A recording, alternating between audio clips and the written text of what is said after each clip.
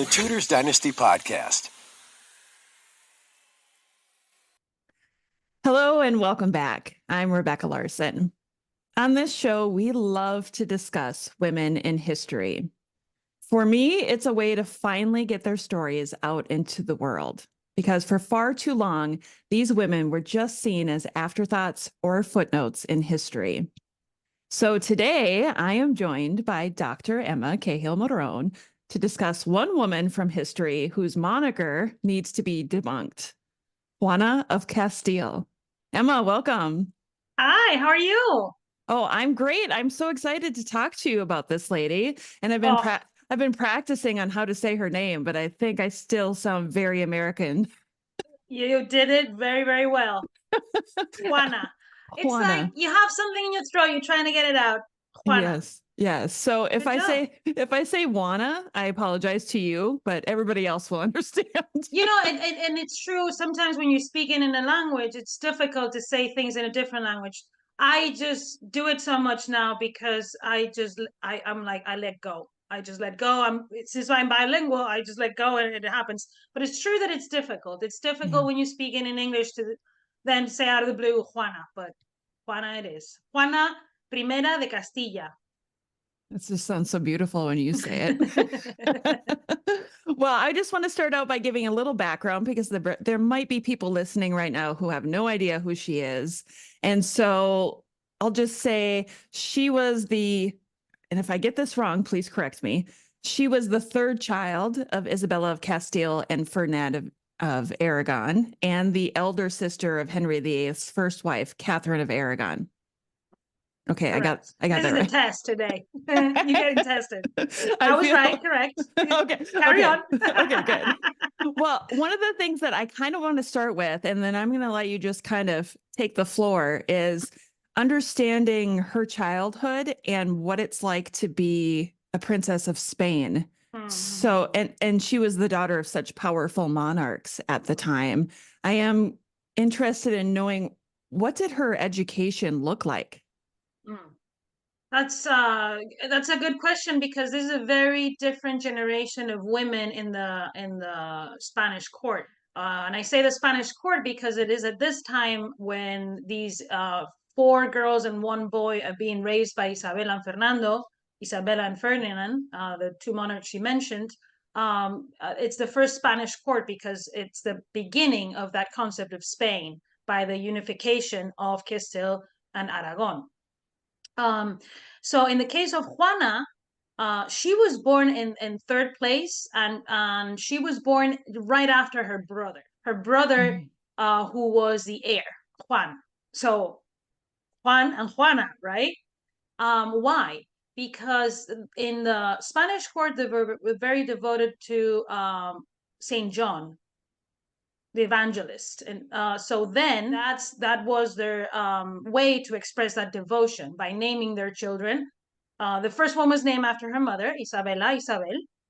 She was born in 1470, and she became by birth princess.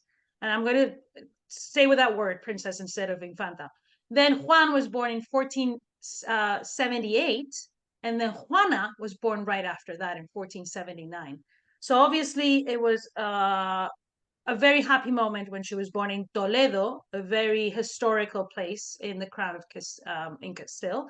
And then she was born right after her brother. So it was a very happy moment because Isabel and Fernando had their heir, had Juan.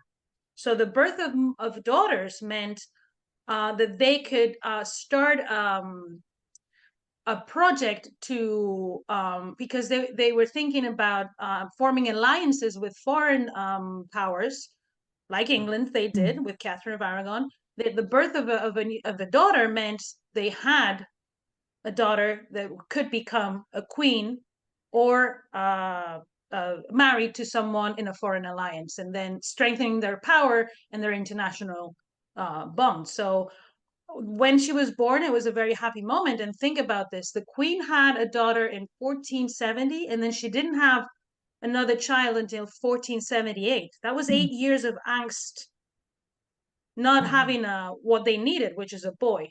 And then they had the boy, and then three girls came in 1479, 1482, and then in 1485, the last one, Catherine of Aragon, the youngest. So Juana was brought up not to rule, but definitely in a way that she was going to become a queen in a consort in a foreign alliance. She didn't end up being a queen by marriage, but a queen in her own right. By marriage, she became the Archduchess of Austria. That's who she married. She married Philip of Austria. So to prepare her for, well, let's just say, in England, it would be a queen consort or something like that. What kind of things did she have to study? So, and this was your previous question. I just thought, given a bit of context, let's go into her specific education as an infanta, and this is where I'll explain the difference. So, in the case of the eldest, she's princess from birth because she is the heiress to Isabella at that moment until her brother is born, and then the boy becomes the Prince of Asturias. Like there is a Prince of Wales in England, there is a Prince of Asturias in the Spanish monarchy. Then Juana is born after that, and so she's an infanta. An infanta is just a way to say a Spanish princess, but it's a specific name to the princesses in Spain, so we use that. In the case of the eldest, she was Princess of Asturias because she had the title, like Princess of Wales, it is in England, right? Juana was educated, first of all, she's born into a court where her mother is learning Latin at the time. She's learning things that she wasn't educated in when she was a child because Isabel of Castile didn't grow up in the in the Castilian court of her brother Henry IV, her half brother. She grew up with her mother in a very Portuguese court in Arevalo, which was a city that belonged to her mother in her dower. It was a city that belonged to her. So she grew up there with her brother Alfonso, and her brother would have become the king in any case. So Isabella wasn't also meant to rule. But in the case of Juana, she's born in a time where Isabella is already a queen and becoming very powerful. Isabella and Ferdinand are becoming very powerful, and the queen has embarked herself in not letting others rule for her, but learn things like Latin and learn how to talk to diplomats, how to negotiate all these alliances. She's implicated in all the negotiations. She writes letters to the ambassadors. She's not a queen that sits back and lets Ferdinand do his thing. She's ruling. So this is what the daughters see when they're growing up. And then for the first time in the history of Castile, the queen decides that her daughters are going to be educated formally with a tutor. Like we would go to a school. In this case, it's just homeschooling, right? But they had other children at the court that they were learning with. The brother had a separate household, so he learned with other boys in court, a bit like Arthur Tudor did in Ludlow. And then the sisters were the younger sisters, the three younger sisters usually studied together. More Juana, Maria, the fourth one, and Catherine, Catalina more together. Juana also, her tutor was different. Her tutor was a Dominican friar called Antonio de Miranda. And in the case of Catherine and Mary, they had an Italian tutor called Alexandro Geraldini. So they learned Latin like their mother was learning. And there was a very famous woman that Isabella brought to court called Beatriz Galindo, known as the Latinist. There's a whole neighborhood in Madrid named after this woman because she was a specialist in Latin, a woman who specialized in Latin. Imagine, and so the queen brought her to court so she could talk to her daughters and the other ladies. So they all learned Latin with the queen. Isabella of Castile was one of these people who were always thought, well, I'm going to do this, so everybody needs to follow my lead. So she basically that's and the girls thrived in that kind of atmosphere for many years when they were children. Juana was especially inclined to music. She played the clavichord, which is a type of like early piano. And there's a depiction of all the girls and the boy in the Prado Museum. It's a 19th century painting, but it's a representation of the queen overseeing their education. And you can see that music is present. And Juana was a very intelligent child. all the daughters of Isabella and Ferdinand were intelligent. And I think more than intelligent, they were just educated. They were educated and they saw a lot from their mother. So they were just getting used to seeing women in charge and taking charge. And when there's a queen regnant, there's a whole household of women behind her. It's not just a queen. It's a very feminine kind of ambiance and very interlinked to power, and how Isabella just was becoming iconic too during her lifetime even. So I think it both gave her a lot of self-confidence, but I think it also made it very difficult for Juana when she ended up being her heiress, because it was a lot of to live up to, right? If your mom is Isabel of Castile, imagine that. No pressure, Juana. I can't even imagine, because if you think of England at the same time, there was no thought of having a queen regnant, Right. and then here we Exactly. are across the ocean. There's this woman who's ruling on her own, and she is educating herself and educating her children. Yes. Likewise, that's just seems so empowering. And yeah, and then funding people like Columbus, because it was the Queen who really funded Columbus, just doing incredible things. And I think she was also a very I don't think she was definitely an easy person to deal with, Isabella of Castile. So I think depended a lot on your personality type. And when you have 5 children, obviously they're not all going to be the same, right? For Right. example, we know her daughter Catherine was very similar to her, both physically and in character. But in the case of Juana, well, first she didn't look very much like her mom. She looked different. They all looked like each other, obviously, but she had dark eyes, darker hair. And even there's an ambassador once that meets Catherine of Aragon. He's from Venice, I think. Yes, and no, he's an ambassador of Margaret of Austria, and he comes when there's going to be a painting painted of Mary Tudor Rose, Mary Rose Tudor. Mhm. He talks about meeting Catherine of Aragon and saying, "Oh, it was incredible how much the Queen looks like her mother, Isabel of Castile, and how different she is in character and presence to her sister Juana."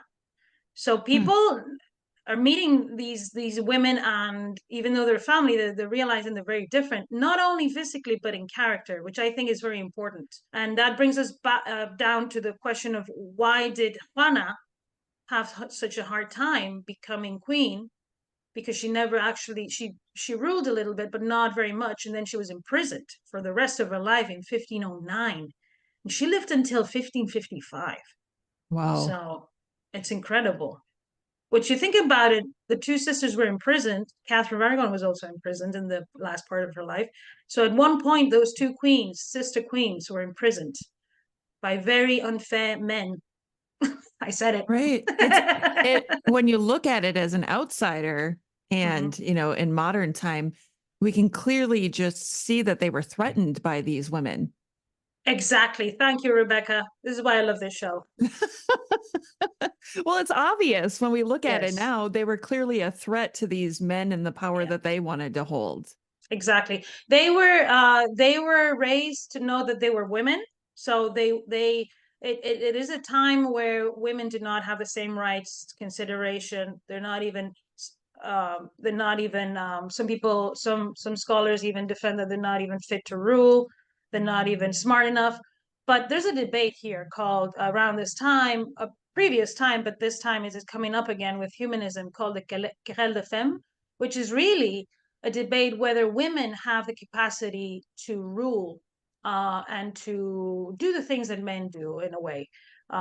Someone who started this was Christine de Pizan, a very famous medieval scholar who defended women in her very famous book about the city of ladies. And so there's a lot of recurring debates whether women can rule or not. And I think this is very interesting in the case of Juana. There's a very famous book by Bethany Aram called Juana the Mad, Sovereignty and Dynasty in Renaissance Europe, that was written in 2001, where she talks about this and how it is different in the case of Juana than other ruling women, like, for example, Elizabeth I in England, Mm. who or Isabel of Castile, her own mother. And she talks a lot about how not only during their time, but afterwards, these women who were successful rulers were compared to men and thought to have manly qualities, something that was said about Catherine of Aragon too. So it was praised to say that a woman was like a man, right? Right. And in the case of women like Juana, the opposite. Like she's crazy because she's a woman and she's gone crazy. And the cruel thing about Juana is the belief is that she went crazy for a guy. She was crazy in love, so she was crazy. Which is very unfair because if you think about it, Philip did a lot of bad things to her. So should think about more as being a victim of abuse than someone who went mad because she loved him very much. She went mad because he treated her very poorly. Mm. That's why she had bouts of depression, I think, and probably the mistreatment had to do a lot with having a problem that came out of of of being severely mistreated. I think another woman that has been mistreated like that way is Mary Tudor, Mary the First of England, who was mistreated greatly Mhm. and then thought to be very harsh and this and that. Oh, what are we talking about? We would never judge a man like that, would we? And in the case of the women, I mean, there's been mad kings too. None of them, I think, were imprisoned. It's a very famous mad Yeah. king of Spain, and he was never imprisoned. You know? It reminds me a little bit of, I think it's Charles the Sixth of France, the king who thought he was made of glass. Oh, I don't, I've never heard of this guy, I, but now I want to know more. he was actually the father of Catherine of Valois, who married Henry Oh, V. And so it's a very interesting story because then Catherine's son, Henry VI, had some mental illness of his own. But yeah, I mean, they never locked him away in a prison. You know, maybe Right, they hid him away and other people were ruling, but it wasn't right. like he was locked away. I want to go back a little bit and let's start from the beginning with Juana and her husband and how this all played out because she became Queen of Castile after her mother's death. Yes. And how long did it take? Like she was Queen of Castile. How long was it before Philip came in and was like, oh, no, honey, you can't do this job? Right. Yeah. So Juana and Philip were married in 1496. She traveled to Flanders and she married him, and she became Archduchess of Austria, and that's what they were. But then, very soon, in the Spanish royal family, people start dying left and right. So her sister dies. Her little baby, who becomes a little boy, dies. Her brother dies before her sister dies. Yeah. Yes, it's hard. It's a lot of people. So and the queen Isabel of Castile loses two children and a grandson and starts to decline rapidly too. I mean, she's aging obviously, and she's had a hard life. So Juana and Philip, come to Castile to be sworn princes of Asturias. So they become heirs before she becomes queen.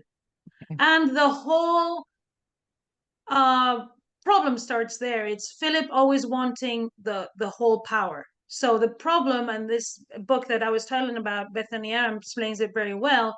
It's that in Castile, Juana is the reina propietaria, and that cannot be taken away because her mom has said the president that a woman can own, which is propietaria means owning. In English, we say queen regnant, a queen that rules. In Spain, in Spanish, we say a queen that owns the kingdom, right? Okay. Philip could not take that away, and it's always his. Since then, he's always trying to um, have the full power, to become the king in his own right. And there is a tension because obviously you have to think that he's a foreigner in Castile. Mm-hmm. Juana was born in Castile, raised in Castile, so she was popular, and she was a daughter of Isabella of Castile. So and then the other thing with Juana is something that this book explains very well. She's very successful in the sense that she has 6 children very quickly, with somewhat not any problem. So first she has Eleanor, and they all become, so her two sons become emperors of the Holy Roman Empire, Charles V and Ferdinand I, and her four daughters become queens too. So in that sense, she was they were a very successful couple because they have many children. But the marital problem starts soon because Philip, and this happens with Katherine of Aragon too, and this is where I want to talk about the sisters too.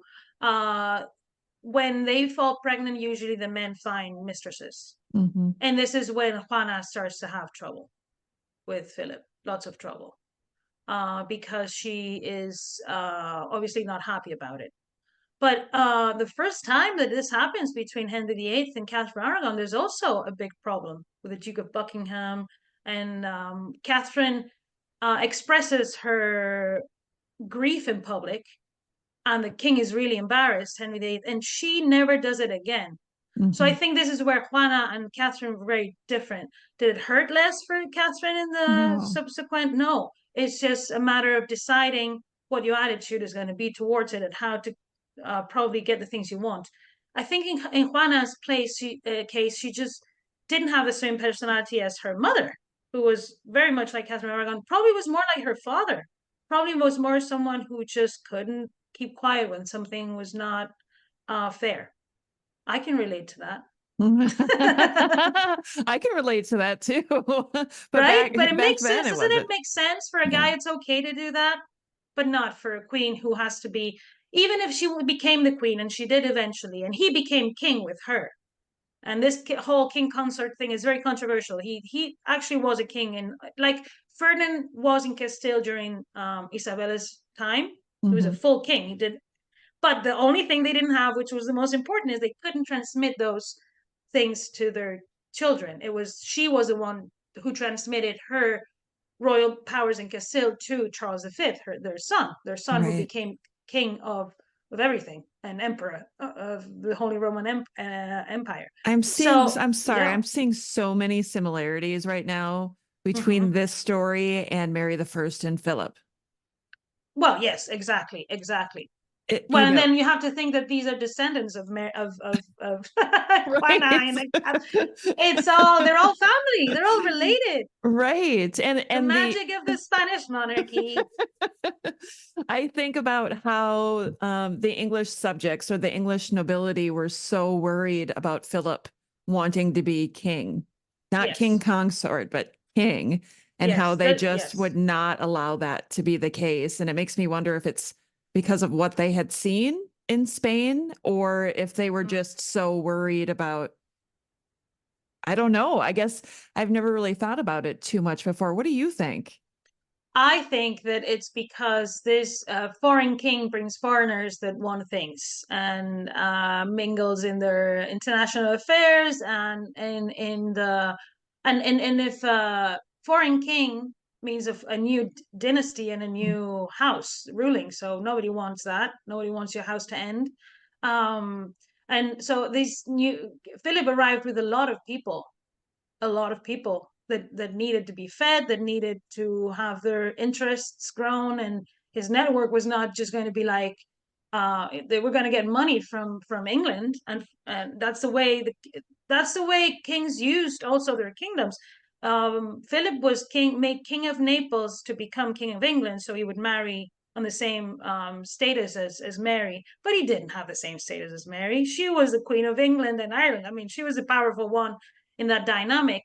But think about this. It's been so unfair the way they've been treated, because they say he left her and to die alone, and this is not true. He was just defending his interests in Europe, and he always showed respect for her, always showed affection for her. There were, and I think we have to remember that love is never a question here. Like, not even with Isabella and Ferdinand, I don't think they were in love. I don't think people knew what being in love was back in the day. I think there was affection and sense of duty and affinity.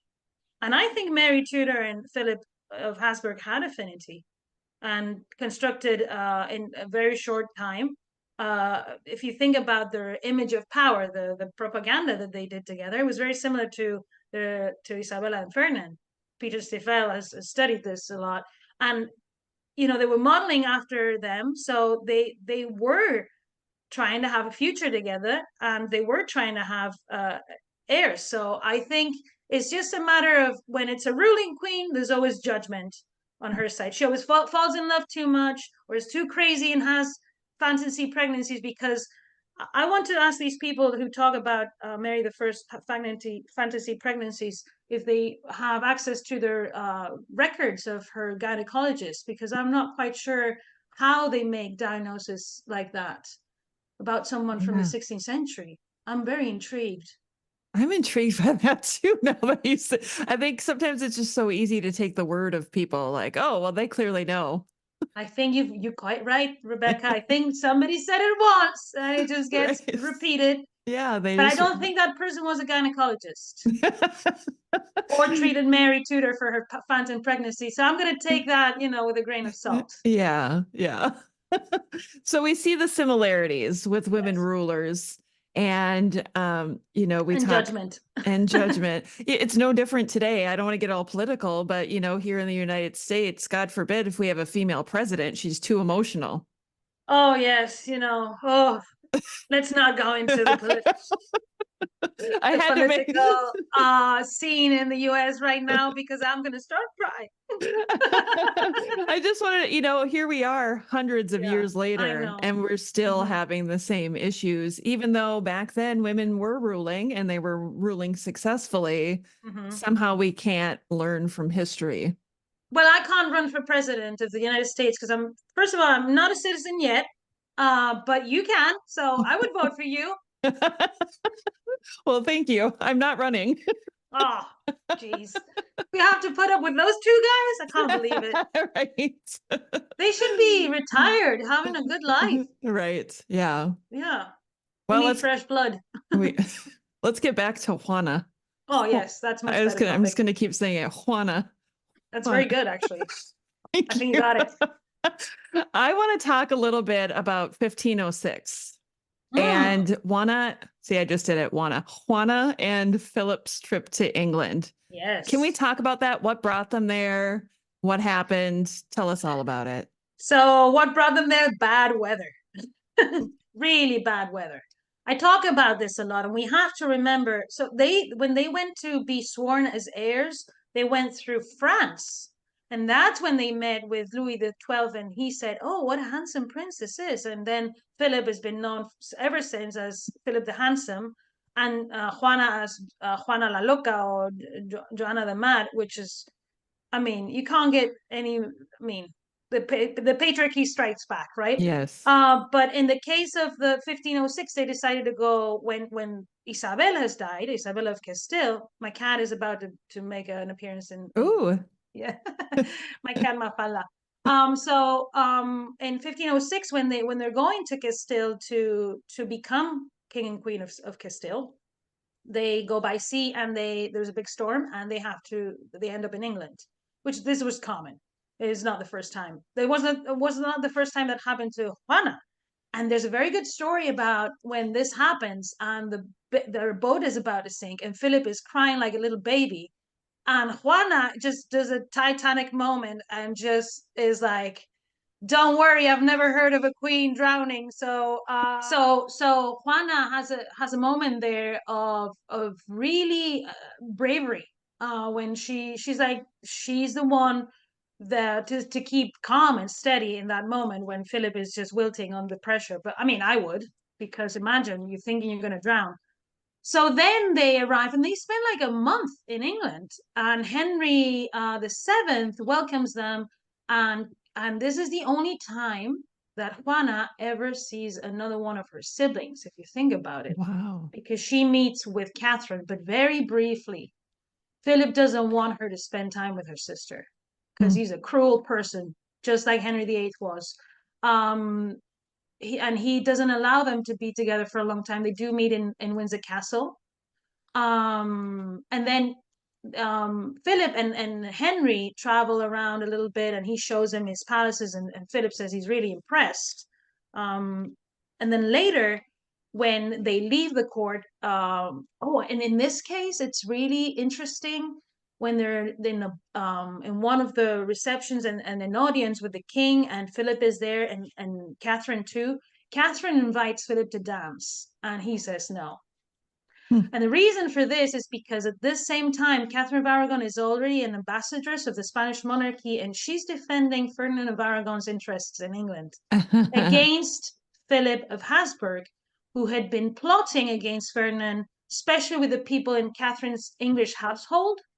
And this became known by the Spanish ambassador, and he told Catherine, and she took action. So this is why when Philip arrives, he's like, I don't want to do anything with you. You're plotting against me. And she's like, well, I'm still gonna dance because I'm the best ambassadress in the world. So and this happens. And then when they leave and they go to Spain, Philip dies very quickly. They take power, but Philip dies very quickly in very suspicious circumstances right after Ferdinand of Aragon leaves. So the rumor was that Ferdinand of Aragon poisoned Philip of Habsburg. This makes sense, to be honest. As somebody who's only vaguely studied this history, I know that Ferdinand wanted his daughter's throne. And what better way than to get his son-in-law out of the way? He was annoying. He wasn't letting him do his thing, which was being, Ferdinand knew he couldn't have Castile for himself because of what we've talked about her. He knew his daughter was reina propietaria, but he knew he could manipulate her and use her. So and she had a son. Charles had already been born, so he thought, I'll get him out of the picture. That's what I think. I don't know. So in this case, after this happens, Juana really, obviously, if your husband dies in very suspicious circumstances and people are saying your dad killed him, you might go through a little bit of a bad time, don't you think? So she does. This is where all the legend of Juana starts, because she doesn't want to be far away from his body, and they start a whole procession because Philip had left in his will that he wanted to be buried in Granada, and they were in Burgos, so that's a long distance to go from Burgos to Granada. So they start going south in this procession that only travels at night. And for months they're traveling. She's pregnant, and then she ends up having their daughter after his death, and she names her Catherine after her sister. Oh, wow. And this is when her sister starts to try to bring her to England to marry Henry VII. Isn't that just incredible? Oh, see, that's a connection I don't think I knew existed there. There you go. Yes. So Catherine of Aragon is trying to find a new wife for Henry VII to try to strengthen her own marriage, because since her mother died, she wasn't as important because she wasn't the daughter of the Queen of Castile anymore. So she tries to bring Juana to marry Henry VII. But that doesn't work out because Ferdinand doesn't want to let go of Juana. She's too precious. She's the queen. And finally, what happens is he imprisons her in 1509, the year that Catherine of Aragon becomes Queen of England. Yeah. Juana of Castile is imprisoned in Tordesillas forever with her daughter, with her little daughter, Catherine. Yeah. It's just sad. It's extremely sad. She gets visits from her relatives occasionally, usually to get something from her. The only time that she becomes quite relevant, but is in 1520, when a movement called Comuneros, it was a revolt against the rule of Charles of Habsburg, because he was a foreigner. Let's remember, he was brought up by Margaret of Austria. So when he became king of Spain, he didn't even know Spanish. He had never visited Spain. Oh, wow. Yeah, we have to remember this.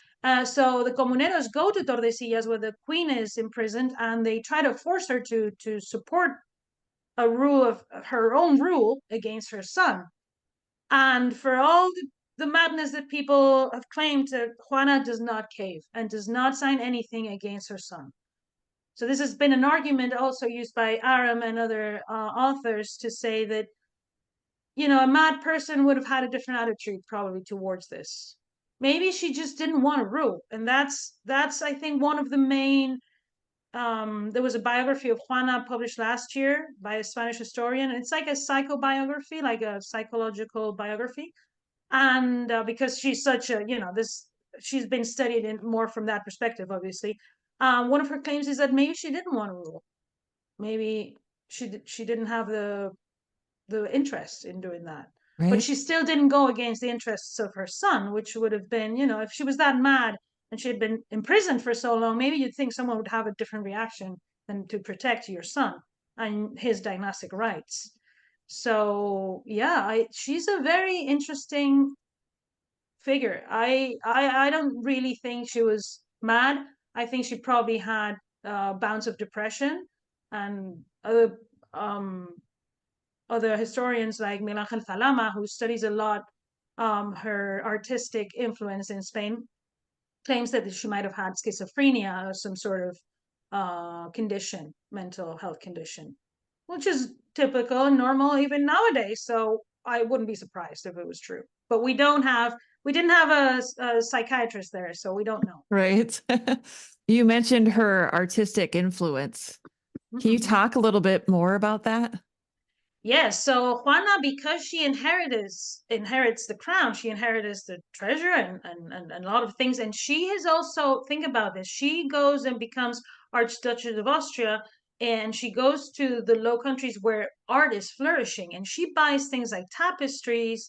But she had a very, very fine tapestry collection. This was published we published a book 3 years ago in Arte, Poder y Género about Isabel of Castile and her daughters, and one of the articles talks about this magnificent tapestry collection that she had. Miguel Ángel Calama, who I've mentioned before, also talks about how this became part of Catherine of Austria, her daughter's dowry. So it spreads to Portugal and other places. So she's influential in the dissemination of Netherlandish art in Castile. She's responsible for that because her daughters inherit a lot of these pieces too. My co-worker Melania Soler Moraton has worked on this, and last year she published the year before, an article on she becomes a very iconic figure because of her portraits and images, devotional images, where she is a donor, and these are done by leading Netherlandish artists. Her manuscripts, illuminated manuscripts, are very famous. There's a very famous one in the British Library known as the Hours of Juana of Castile, because it has her portraits and her coats of arms. And listen to this, another connection with Katherine of Aragon. This manuscript that is in the British Library, and now finally we can access the catalog again, I think, it was illuminated by Gerard Horenboot, Susanna Horenboot's father. Oh yeah, Gerard Horenboot, who ended up working for Henry VIII, migrating to England. So this was part of my dissertation when I studied that transfer of these artists from Flanders to England, and how Catherine had already known their art for decades because her sisters and her mom were commissioning these manuscripts done by the artists of Margaret of Austria in Flanders. Isn't this incredible? This is why Juana is so important. She owned also portraits of Katherine of Aragon. She had several portraits of Catherine of Aragon, yes, as Princess of Wales. So I think those portraits that we were talking about in your other show and the other episode, these were the portraits that Juana could have had, because her possessions that went to her daughters, and this has been studied by Melania Soler Moraton. So a lot more will come in the near future about that dissemination of all her artistic pieces into the women that became the powerful women in the second half of the 16th century in the Spanish monarchy. Wow. And you said Catherine of Aragon and her daughter Mary had somebody come and teach them how to paint, I think, in the last episode. Do we know if Juana... Oh, you picked on that? I thought that was fascinating. That was something I had never heard before. Was this something that her sister was learning as well, or while she was imprisoned, was she painting, or do we know what she was doing? Oh, this is a really good question because you would have to read Miguel Ángel Falama. He has several books that talk about her everyday life. There's one in open access we can share. It is in Spanish, so everybody's going to be practicing some Spanish this year. Mhm. But I think it's called Vida Cotidiana, and it's, you know, her daily life. And we know about times where when they visit her and how they take away things, and Charles V especially did that. So yes, we do have a lot of information on that, but it's in Spanish. It's published in Spanish. I never heard of her painting per se, but this is why I suggested this, is because I kept thinking about what would have been Susanna Horenbout's role in the court of Catherine of Aragon. And because later on, and this brings us back to Philip and Mary, Philip, when he goes back to Spain after Mary Tudor dies, he has Sofonisba Anguissola, his wife, Elizabeth of Valois, has Sofonisba Anguissola in her court painting for them.